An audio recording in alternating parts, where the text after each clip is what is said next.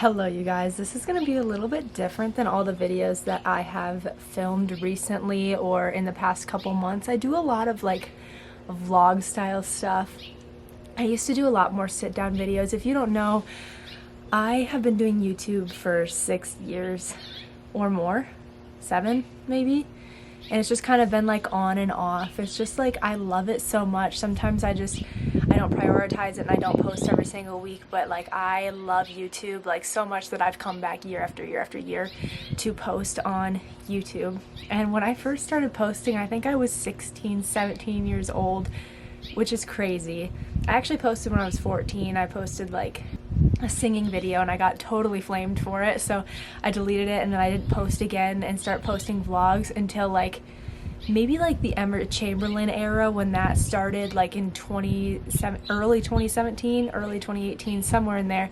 I started posting around that time. I was still watching YouTube and I just have always loved it, but I am now turning 25 10 days from today. I cannot believe I have been here from the time I turned 18 until or even before turning 18, and now I'm 25 and my frontal lobe is like developed and I'm like fully an adult and I'm married and my life has changed so much. But I kind of just wanted to go over like 25 different things that I've learned.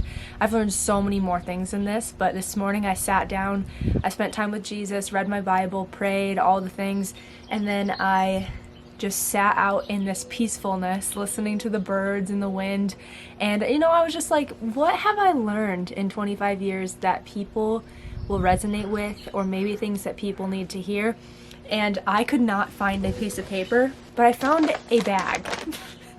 And so I wrote down 25 things that I learned over the past 25 years, or 25 things that popped into my head that I've learned, because again, like I said, I've learned more, but I just wanted to share it as wisdom of the years that I've lived, all of the things. I'm not wearing my wedding ring right now because I take it off when I sleep and I forgot to put it on when I went and worked out. So my husband's sleeping and I don't want to wake him up by going in there. So that's why I'm not wearing it. But I'm going to just start and we're going to go. I'm going to just kind of talk through them and we'll see what happens. Also, I don't get ready for my videos. Like, I just will come as I am. That's who I am. I am not like a get ready type of girl, really. Like, I wish I was, but makeup makes me break out, and honestly, I'm always working out or like doing something active, so this is the look that you get, which is very similar to the video I made in 2018. It was a similar kind of video. I did 18 things I learned in 2018, so I'm gonna go through these and then I'm gonna see and I'm gonna read through like the things that I wrote in 2018, the 18 things I had learned in 2018, because I was born in 2000. So each year, like literally if I get Alzheimer's and somebody asks how old I am, as long as I know the year, like I'll be able to remember. You know what I'm saying? Because I was born in 2000. It makes it so easy for me to remember, because apparently people forget when they get older. I love my birthday, so I get very excited about it. So number one, you're so much more than your body. I have struggled since I can remember with body image issues. When I was like 11 or something, I wrote in my not in my Bible, in my diary, that I just wanted to be skinnier. And I feel like it's something that we're given, especially as women. Men deal with it too, but that we're better in a smaller body, or that our worth comes from our body. And I'm still working through this and trying my best, because obviously social media came in when I was in middle school, kind of, so I didn't have it forever, but I grew up, like Snapchat came out in middle school and stuff, and I got very into like all of that. Instagram had just come out, stuff like that, and I was starting to use it. So it was very easy that like now I live in a comparison mindset, or I was, with social media, and I dealt with a lot of body image disorder, disordered eating, different things like that. And I've just realized that I'm just so much more. Like, and so are you. Like, you're worth so much more than the way that your body looks. Like, you are not more worthy because you have abs. You are not more worthy because you have stomach rolls or you have cellulite, or like all of the things. Like, you are worthy exactly as you are, and there's always like a place to have discipline and to work out and like try to like be healthy, but you are so much more than your body. Like, your personality, like everything, your love, like all of that matters more. Number two. This one I'm still working on because I have people-pleasing tendencies, but people will dislike you no matter what you do. Jesus was the perfect being, and people still hated him. They mocked him, they flogged him, they killed him, they crucified him, and he was perfect. He did no wrong. He had never sinned, and people still hated him. So like when you're walking around this life and there's people that don't like you for whatever reason, just remember that like not everybody will ever like you, and you can't people please your way into friendships and things like that. Like if you're acting like a different person around different people to try and appease them, you're really just leaving yourself and who God designed you to be to try and help other people and make people feel more comfortable around you, or feel like they have more power, or make them feel more superior than you. What you got to do is you got to go out and you got to be you, and the people that are meant to be in your life will be in your life, and the people that aren't meant to be in your life won't be in your life. And just because a person's a good person doesn't mean that they're meant to be in your life.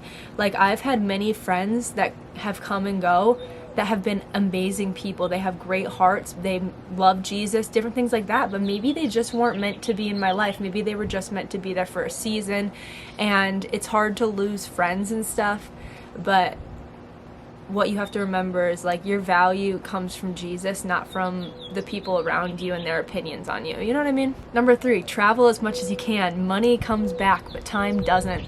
And this is so true. I am 25. Like, I thought I would be like a mother and I would have like this, I thought I had this whole timeline for myself. Or it's just funny how fast time goes. And I asked my grandma the other day, I was like, does time ever slow down? She's like, no, not really. You know, I feel like I just had kids and I look around and now I have great grandkids and everything has changed. And she's like, I still feel young and I still feel all these things, but she's like, time goes so fast, so you have to enjoy the moments. Like she's like, go out, do the things, like travel, like have fun. Like traveling can feel so like when you have to like get out of your routine and stuff sometimes, but it's a blessing to be able to travel and to be able to see the world, especially at a young age. And I've been very, very lucky for that. And I actually moved to Florida. If you don't know this, I moved to Florida in the 1st of September last year, and then I met my husband at the end of December, and he was living in Pennsylvania, and we got married secretly in February, and I moved to Pennsylvania in February, and it was just something that God had really aligned for me, and it was just my timing that God had given me. And I was able to fly because I was using social media as my job, and not everybody has that. But if you have the ability to travel, like go do it. Like people get so concerned about storing up all this money and storing up all these things, but you want to store up memories, and you want to store up like good times and seeing the world and what all the things that God has created, rather than having more stuff or having more money. You know what I mean? Obviously, do not overspend. We live in a time of overspending and overconsumption. Like, don't go above or beyond your means. But if you kind of have some extra to go do something fun, like go experience. Like there's so much to the world. God created so much stuff for us to enjoy and to look at. Number 4, life is so much more than the things you have. It's the content of your heart that matters. And that's kind of what I was just talking about. Like, don't store up worldly possessions.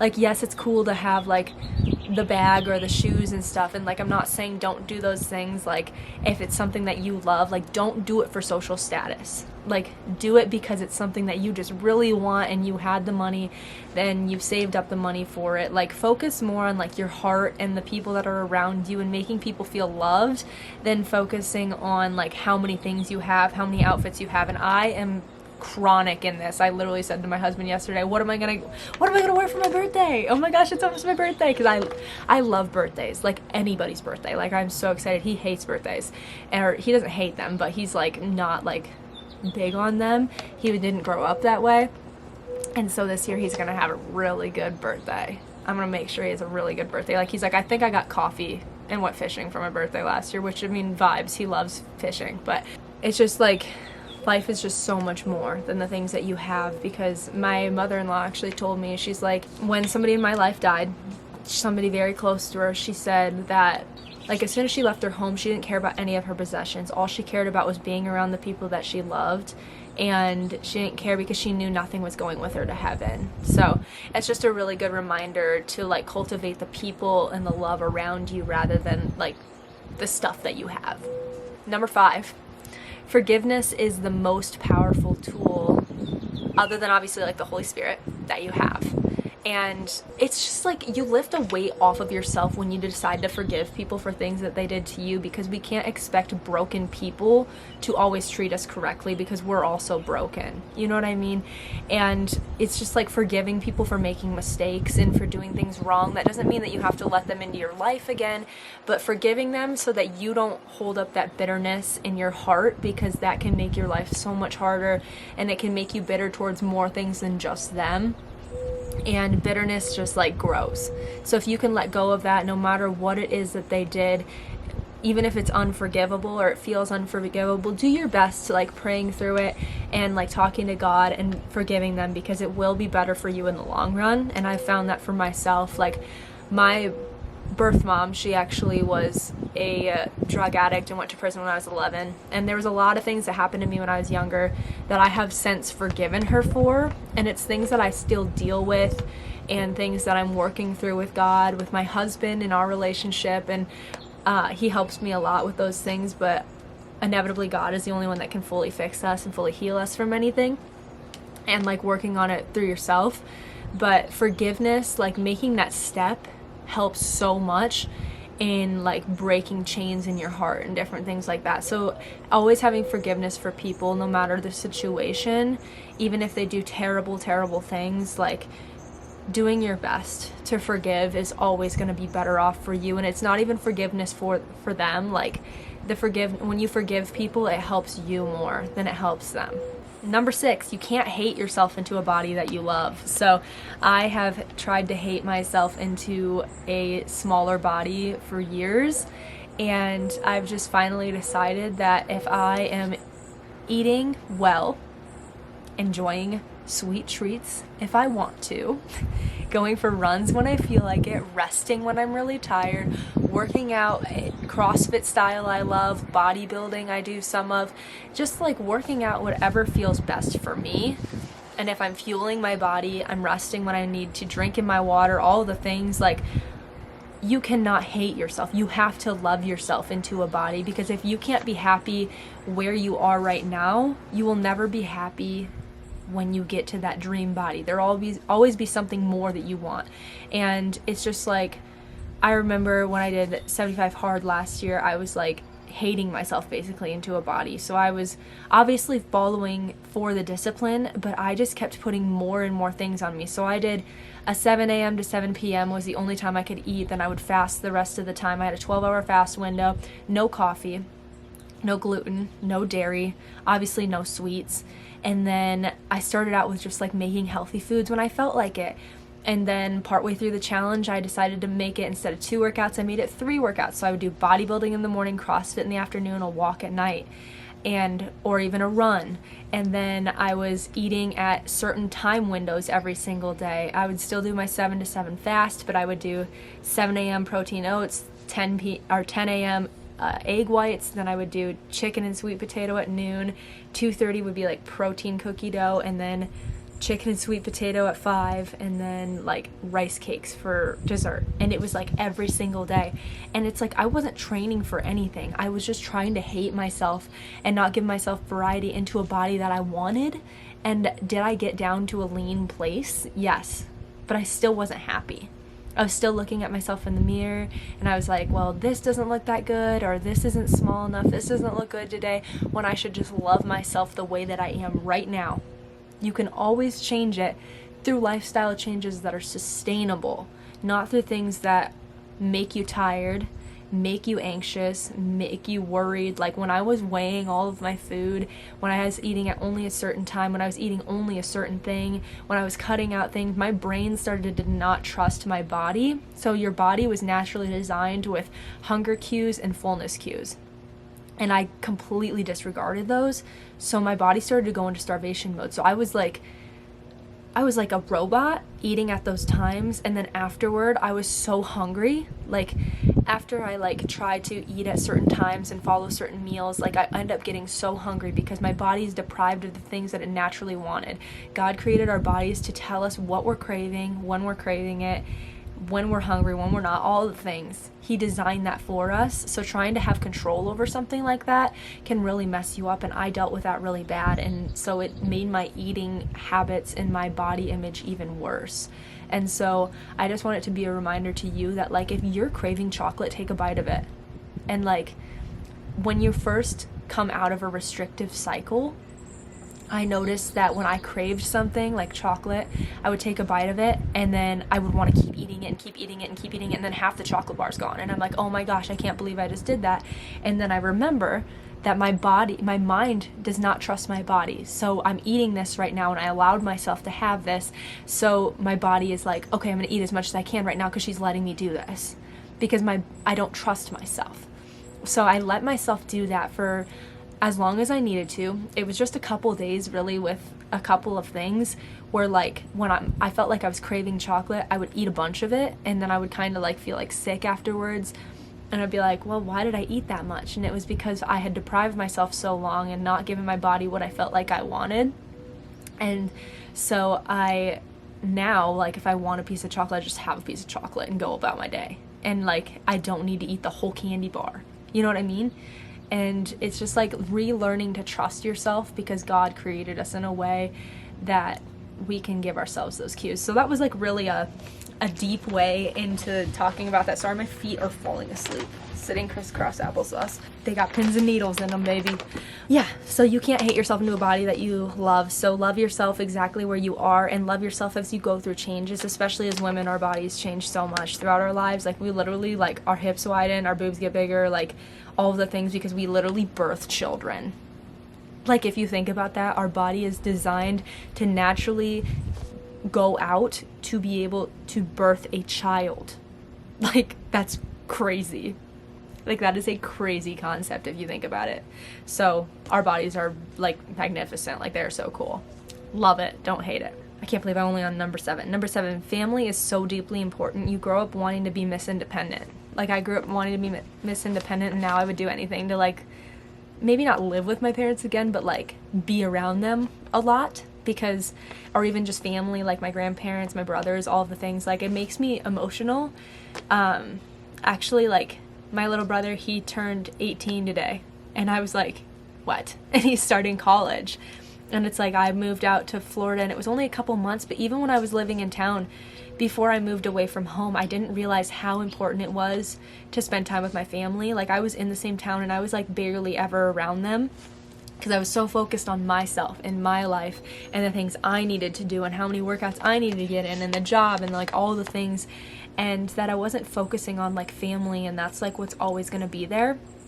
And now that I moved away, like I've learned like how deeply important family time is, and checking in with them and all the things. And a lot of times family can hurt us. Like I said, forgiveness is key, and like remembering like they are people that'll be in your life forever. And sometimes family isn't blood to people. Sometimes they choose their family, and that's the same thing.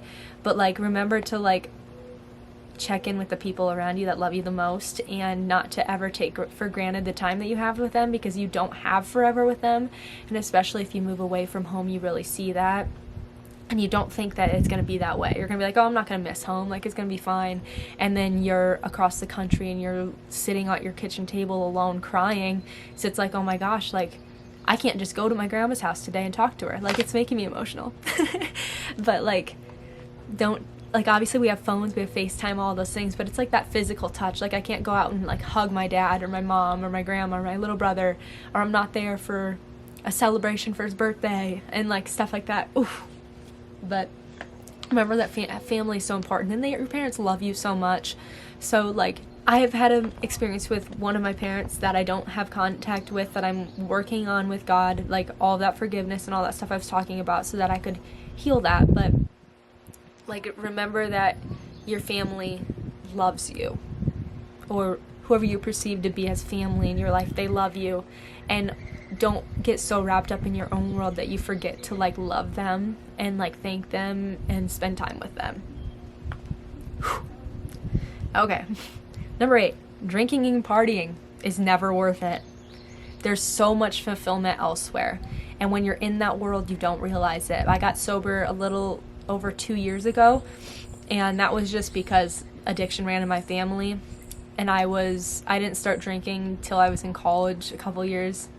And I like overindulged into it almost because I didn't know how to handle it, and everybody around me had been doing it for so long. And I was trying to keep up, and it just brought me into this person that I didn't want to be, and I didn't want a dependence on it. I didn't want to bring it into my child's life. And when I left that world, I realized how much more fulfillment there is going out for a run. I ran a marathon. That was way more fulfilling than a night of drinking. I probably hurt just as much in the marathon as you do when you're hungover. So I don't know. And it's like there's different types of working out. There's different types of activities. There's just different things in your life that can have so much more fulfillment if you focus on that rather than going out to like hide your problems or like to feel like you're the fun, the life of the party. Like my life got exponentially better when I gave up drinking and partying and all of that stuff. And I never want to go back. And if you're in that stage of life, a lot of people go through that. I've been through that. And I just want you to know, like, at some point it usually gets boring or something happens that you like are not happy about, or you become something that you didn't want to be. And alcohol's poison at the end of the day. It's really not good for you. If you want to go out and like have a couple drinks every so often, or like have one with dinner sometimes, or like stuff like that, like I don't hate it. I just hate the indulgence of sin, and like I hate that like it can control people's lives, or like it's the only thing that they go out socially to do. Like there's just so much more to do, and I'm not trying to place judgment because I have been there, but as I've gone through my personal journey, I've learned that it just was never worth it for me. And there's just so many other things that you could do with your time that would probably make you happier and make you feel better and make you healthier. That's all I'm going to say on that. Number 9, who/what you surround yourself with matters more than you can comprehend. You are the direct product of the environment that you're in. So friendships, if they're based around the bars, you're going to continue to be at the bars. If you are around people that love Jesus, you're going to be that 5th person or that 3rd person or whatever. If you have 2 friends that love Jesus, you're going to be that 3rd if you're spending time with them. And if you are with 2 people that love to eat healthy, you're going to be that 3rd. If you're with 2 people that love to go on daily walks, you're going to be that 3rd. All of that, like, you directly reflect the environment that you're around. So if you're in an environment where you're hating on yourself, you're mean, you're going to be outwardly not that great to people probably, because you're hurting so much that you're putting that on other people. And I just want to be an encouragement that, like, although it can be fun to be in certain environments, like, if you don't want to be that way forever, if you want to call yourself higher or have God call you higher, like, step into environments that are going to challenge you and make you better rather than environments that only make you comfortable. Number 10, in this day and age, it's wild because of like cancel culture and everybody having an opinion, but judgment isn't your job, it's God's. Like, stop judging people. And I need to take this advice too, because we're human and we naturally want to judge people, and we want to judge the things that they say, the things that they do, and like be on a moral high ground. And you just don't get to do that. Like, you do not get to judge people. Like, that is only God's job. Like, if they do something, you don't get to like give them revenge or all these things. Like, just step away from it, be the bigger person. No matter what it is that they did, if they are like calling you out, saying bad things about you, don't retaliate, don't reciprocate. Like, it just ends up being so messy. And if you can just step away from it, not judge a person, not try and make them look bad, just, okay, if that's what they want to say, like, you know the intentions of your heart, and God does too. And that's what matters most, is that God knows the intentions of your heart, not that the world knows the intentions of your heart. Like, if they can't understand that, they can't comprehend that, not, like I said earlier, not everybody's going to like you, so not everybody's going to get along with you, and not everybody's going to want to see you win. So don't judge people, don't make things harder, don't retaliate. Like, let God's judgment be what reigns. Like, God will take care of it. God will take care of it. You don't have to. 11. A sin is a sin. We all do it. God sees them all the same. This is the love the sinner, hate the sin.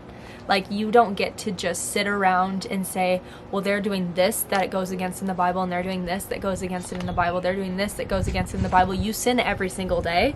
And Jesus literally said to take the log out of your own eye. And he also said, I think it was the Pharisees, I just read this in my Bible.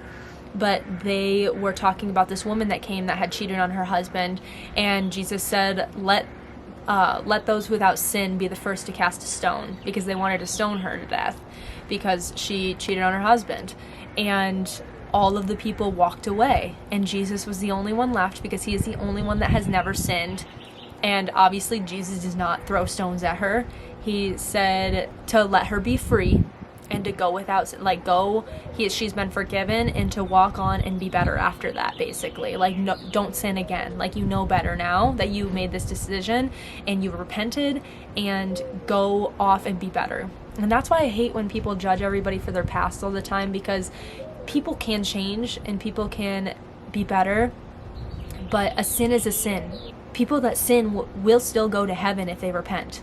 Like, and I just hate watching Christians, and I'm sure I've been one of those people that go around and judge people and try to be on a moral high ground. Yes, we're called to help people and to make them stop sinning as much, or to help them understand the truth of the Bible, and we're supposed to spread God's word, but we're not supposed to spread judgment. Like, we're not supposed to do that. And there's a way to say something that doesn't come off as judgmental, but you also have to know that a lot of the times when people are sinning and they're living that lifestyle, they don't see things through a holy lens. They see it through a worldly lens. So they're going to feel more attacked, because most of the time when demons feel attacked, they yell, they get angry, they don't understand. And it's just planting seeds and being loving all the time, because I sin every single day when I look in the mirror and I don't love what I see. And I know so many girls, and I know a lot of my audience is women. So many women deal with that. They look in the mirror and they don't like what they see, and God created that.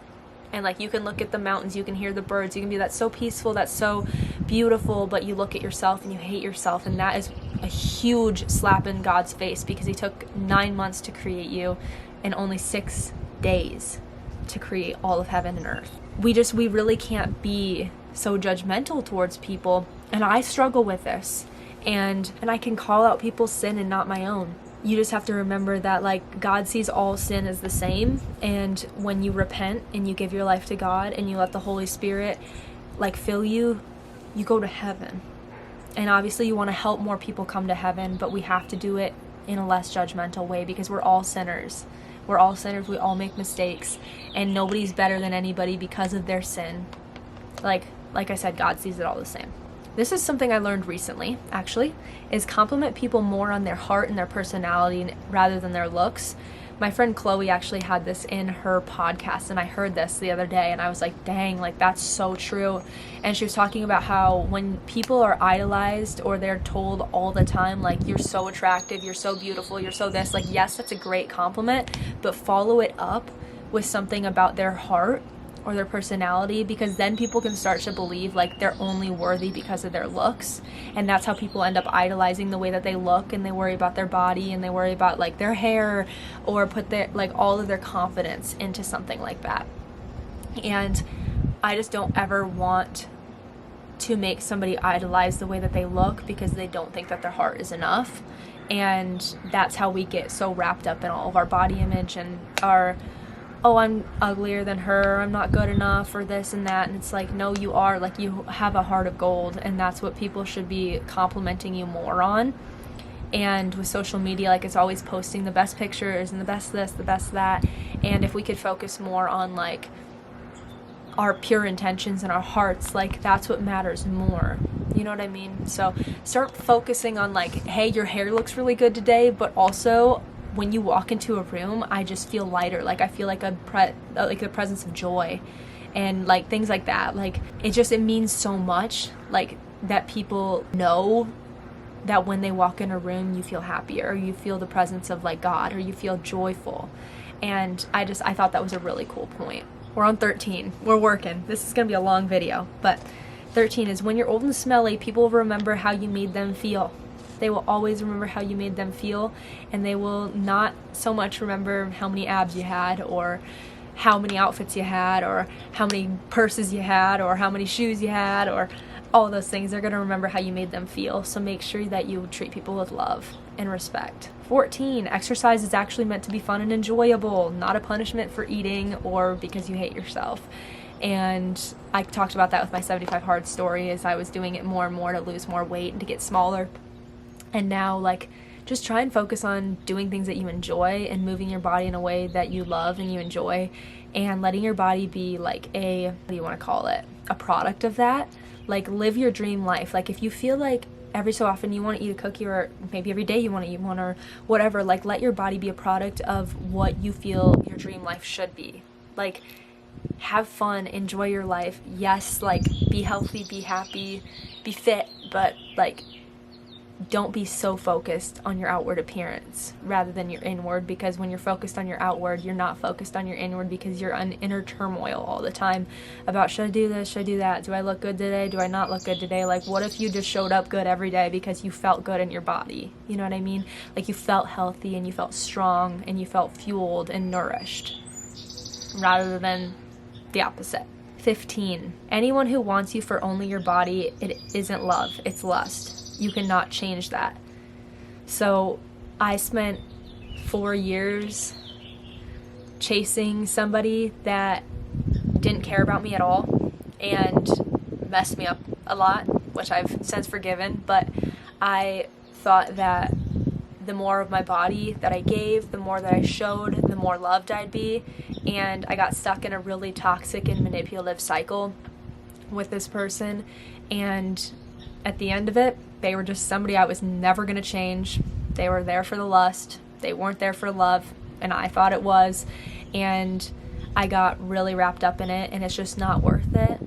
If you have to take your clothes off to feel like somebody likes you, they don't like you. Like, men will show you how much they like you or how much they love you. You don't have to beg it out of somebody. You don't have to coerce it out of somebody. You don't have to sex it out of somebody. Like, they will show you. And that is one of the biggest lessons I want to give to people, because, like, your body is so sacred. God created it for one person, and you don't have to do that to be worthy. Like, it makes it actually so much harder. I remember I apologized to my husband when we got married, not because he asked me to, not because he did anything. It was purely me. I said, I'm so sorry that I felt the need to give my body to someone else to make me feel like they loved me, rather than saving it for you, because you were who God had always designed me to be. And it was like, it was a big moment. Like, I was crying, and he was obviously not judgmental. He didn't say anything. Like, we've all had our pasts and we all have done things. I was never crazy or anything, but like I said, I was in that relationship or situationship for 4 years, and like I gave myself to something that never actually was love. And then when I found what love was, it was like, wow, like, this is like what I should have been waiting for the whole time. And so it's just an encouragement that you are so much more than just like lust. Like, you are worthy of love. Like, Jesus came and died on a cross for you, and that is true love. No man should ever only get you for that. Like, or woman, like whoever I'm talking to, because so many different people watch, but no person is worth that. Like, you should be together for love. Like, obviously that becomes a part of it, but true love waits. So 16 kind of goes along with this, but you cannot change people, so stop trying to. I know so many people that get into relationships trying to change them, trying to make them either come to God or try to make them be less this way or more this way, and all of the things. And at the end of the day, you cannot change the person, and it's actually terrible. I heard one time that, like, if you get into a relationship and there's like things that you don't like about this person, you're constantly trying to change them. Like, my husband, he's ripped, doesn't need to work out. ever. And I always thought I would be with somebody who like loved the gym. He doesn't love it. He'll go sometimes. He like likes to work out sometimes, but it's not like me where I like want to work out every day and I love it. Like he's just like whatever, like if I do it, I do it. If I don't, I don't. And I always thought I would be with somebody that, like I said, loved the gym, like was always wanting to go. And at first I was like trying to like make him go to the gym with me all the time, and he would whatever, like he would go, but I knew he didn't enjoy it. And then I realized like I'm trying to change the man that I fell in love with to fit what I thought I needed than letting him be himself and let him be happy and let him do what he wants to do. Like if he came in and he tried to change me all the time, like I wouldn't like that. And I would feel like he didn't love me for who I was and the things that I loved and the hobbies that I had, because he was trying to change them. So try not to change the people around you for just like, if you're trying to change somebody to make them like a better person, be an example and let them watch you by example. Don't try to force them to change. So that's that. 17, he's just not that into you. He's really just not that into you. Stop trying to make excuses. If you feel like a relationship's dead, it probably is. And if you keep trying to do things to try and like get a reaction or get somebody to say they love you, this is kind of similar to your body one, but like my husband, for example, I had never experienced something quite like this, but the first thing that he sent me was a Bible study, which was really cool. One of the things that stood out to me the most was I was living in Florida still.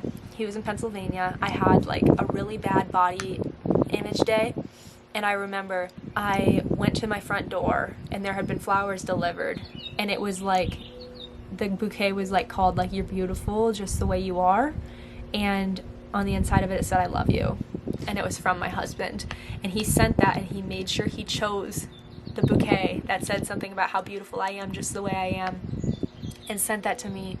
And like men will do these things, and they will make these choices because they love you, not because you asked them to and not because you told them to, all of the things. Like if he doesn't seem interested, he's not. Like he will make it so known that he's interested if he wants to be with you all the time. It won't just be like every so often so he can get something from you. So if he doesn't seem that interested, he's probably not, and there's somebody out there that's so much better that God made for you. And don't settle. 18, love on everyone you see. You never know whose life you'll save. I've had multiple friends that I know, people in my life that have tried to commit suicide, and it's something that is so alarming and so sad in this day and age. But you don't know how far your kindness will go, and when you love on people that you don't even know, like love your neighbor, like literally, like if you're just nice to people, complimenting people, being a light rather than being like quiet and like rude and only focused on yourself. Like focus on loving people, because like you literally don't know whose life you'll save. Like one compliment to a stranger could change, like this is very dark, but it could change their night plans. Like some people have plans to commit suicide, which is so incredibly sad. And if you're struggling with that, like my DMs are always open for things like that, because I never want people to feel that way. But one compliment could change their night, could make it so that they don't commit suicide. Or like one positive thing that you share on social media that they see, like making them feel that they're enough, or one conversation like can change people's lives. So make sure to love people around you and do your best to not be hateful or to be short or to be like, obviously we all have our bad days, but try your best to love the people around you, because you don't know who needs it. 19, my friend Chloe, I actually heard this from her the other day too. Whatever you're most insecure about, you're idolizing. That one hit me like a truck, because when I'm like so insecure about my body, then I'm like, oh, I'm idolizing that, and if I don't look a certain way, I don't feel good enough. So that's an idol, and I'm putting that above God, and that's a sin, and that's not good. Like, so anything that you're insecure about, whether it's your nose, your hair, your eyes, your athletic ability, like all of these things, like those are all things that you are idolizing, and we don't want to do that. Yeah, mic drop, stop doing that. Telling myself that too. Even at the ripe age of 25, I'm nearly 50 years old. and I still gotta tell myself that. We're on 20, we're almost done. This is a really long video, but I feel like it's providing a lot of value. So number 20, true love is the person who can help you when your parents pass away, not the person that looks the best, not the person that does the most things like materialistically for you, but can you trust this person that when one of your parents pass away, like they will be by your side for that? Will they be able to make calls and make decisions for you and make sure you're fed and make sure you're taken care of and help you get through that? Like if their heart is not for that, like if they don't handle those things well, or if they like think, or you think they're great because they're ripped or they have like these qualities that you wanted, like you should be so focused on like their character and their heart rather than anything outward. Like obviously you want to be attracted to them, like I'm not saying that, but I'm just saying like they will be there when you go through the hardest times in your life. Like make sure you choose wisely, because you never want to feel alone in those situations. And like the hardest times of your life, your partner should be the person that is there for you the most. So make sure that like your relationship is so strong and their heart is so pure that they can help you. 21, having a couple of friends who count is so much better than those that don't. And I feel like I always wanted to have a huge girl group of friends, and I have been blessed to have like groups of friends and stuff like that, but I've went through a lot of spells where I didn't really have any friends, or maybe just like one or two, and like now I have a couple of friends that I know I can count on for anything, and that's what matters. And friends that are going to lead me in the best way possible, friends that aren't going to compete with me, because especially as girls, like I've found myself in friendships like competing because like somebody had something that I didn't have, or they had something, or they saw that I had something that they didn't have, and it felt like a competition. And like just because like these people are good people, sometimes you're just not meant to be like friends with everybody, like I've talked about before. And that doesn't mean that we like shame them, we hate them, we do bad things, we say bad things about them. It just means that like maybe we just weren't meant to be friends, because there's something that we both have to work on separately, and we could come together and be better friends later. Sometimes you're just not meant to be friends with people. But like if you have friends that support you, they love you, they lead you towards like good things and put you in good environments, all of the things, then like having a couple friends is so much more important than having like a huge group that you can go do things with. I don't know, it's just like so much more important to me to have those like on a hand. I have my friends, but like I'm married now, so like my best friend is my husband. Like I will always like go to him over things, and like I'll obviously go to my friends for stuff, but like my husband's my best friend, you know? At the end of the day, your partner is going to end up being your best friend, and it's important to have friends and to be able to go do things with your friends. Like I have like girls that I'm friends with from the internet that I've flown to see and stuff, and like I have great relationships with them. But like at the end of the day, you do spend time with your friends, but you spend more time with your family, so focus on your partner and stuff like that too. But like friends are important. Friends are important. It is important to have friends, but like make sure you have the quality over quantity. 22. This kind of goes into a couple of things I've talked about before, but saving yourself has so much power. You weren't meant to be with a bunch of people, and like our culture disagrees with that, and there's probably going to be people that hear this and that they disagree with that, and that's okay if you disagree with that. But it is biblical that we were meant to be with one person, because our bodies connect, like, and our souls like connect when we do sleep with people, and it makes you like connected to that person forever. And like it's just like not worth it, and I talked about that earlier. It just wasn't worth it for me, and like I always wished like I was gonna save myself, and it wasn't even for like a reason, like it wasn't like for a biblical reason, because I didn't come to Christ until 2 years ago, but I was gonna do it. And then I decided in a weak moment that I wanted to feel loved, that I was going to not save anymore. And then after I came to Christ, I re-saved myself. I re-decided that I didn't want to do that, and I wanted to wait for my husband, so that's what I did. And it was very fruitful. It was very worth it. And I just want to be an encouragement to you that it is so much better to wait and to have that intimacy with like your husband, like the person that you're going to be with for the rest of your life, your wife, whatever it is, whoever's listening. It's so much more important to save it for that than to like give it to other people. People don't deserve your body. They don't deserve to be with you. They don't deserve to see all of that of you. Like that is for you. And like I said, the culture doesn't agree with that. And if you don't, that's fine. I just want to tell you a biblical truth. And maybe one day you'll understand it, or maybe one day you'll see it. And I just, like, you are worth so much more. Your body is worth so much more than giving it to people that don't actually love you and aren't going to be there forever. Like, you were designed for one person. And it causes so much more hurt and pain when we give that to other people, because our hearts get broken and we have that connection with somebody like forever, and it sucks. And we weren't designed for that. 23, it's your parent. Oh, this is a really good one, especially for younger people. It's your parents and your grandparents, everything. It's their first time at life too. So we get really mad at our parents for the way that they do things, or the way they say things, or the way they everything. But we're all products of like the trauma that have been passed on. And that's why I stopped drinking, and like I'm trying to like heal through my stuff so I don't pass on a lot to my kids. But like, our parents make decisions, and it's their first time at life too. Yes, they're adults. Yes, they can make decisions for their own. Yes, they have more life experience, but it is their first time at life too.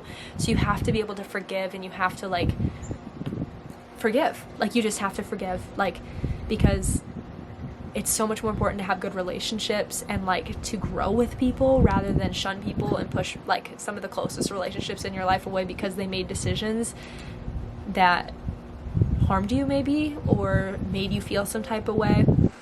Like, we just have to give a little bit more grace to people. Like, yeah, some people are just evil, and some people just make really bad decisions, but like, it is their first time at life. And if you look at your parents that way, you have a lot more like softness of heart. Like, my parents and we did not get along when I was living at home really at all.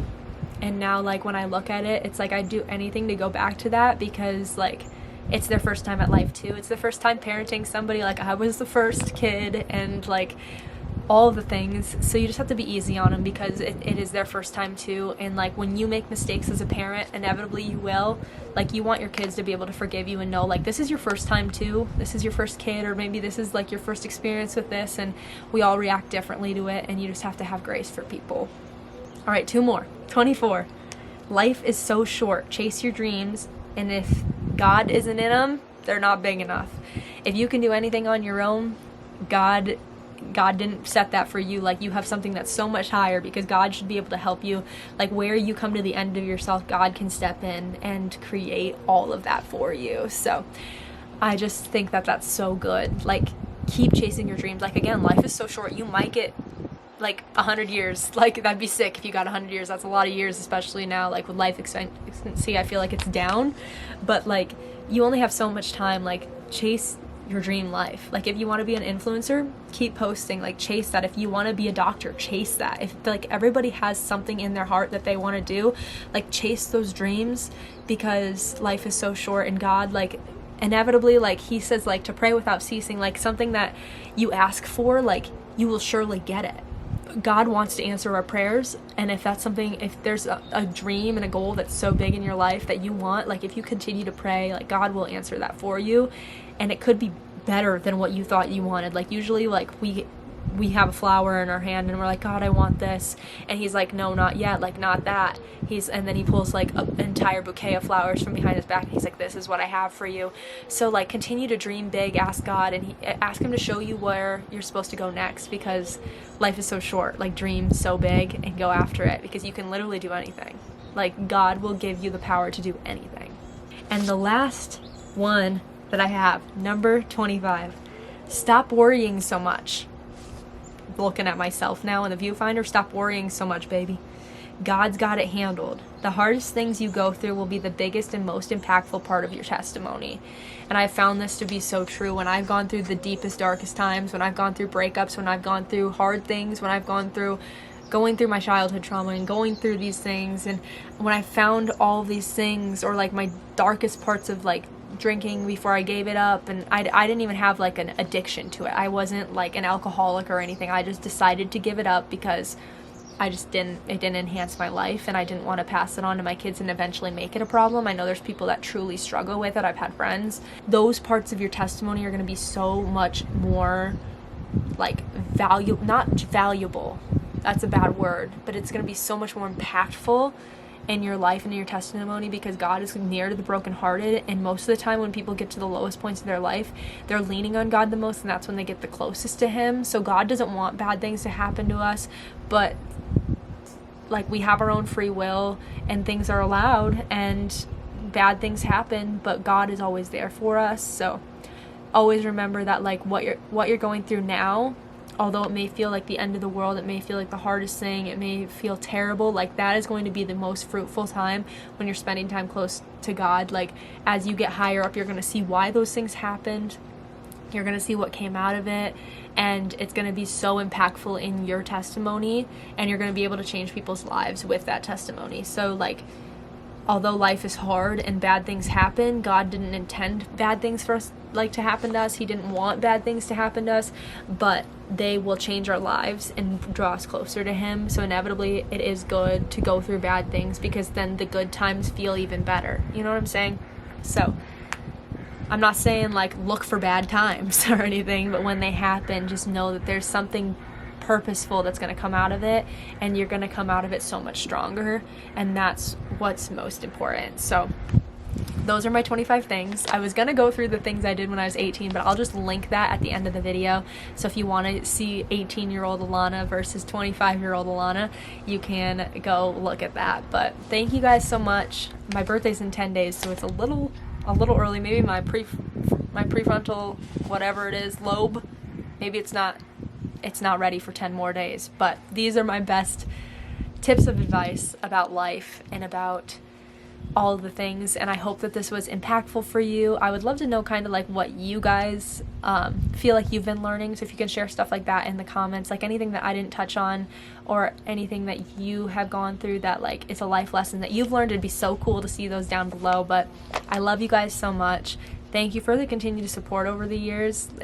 I love YouTube, and although it's not like I don't have a massive platform on here or anything, my goal is, and my big dream is, that this is going to be my job. I love YouTube so much. Like, I've always talked about that wanting to be my job, but I got to put in the work for it, and I got to create good content that everybody wants to see and all the things. But I'm not perfect. This is just like things that I've learned in my life that I apply to my life.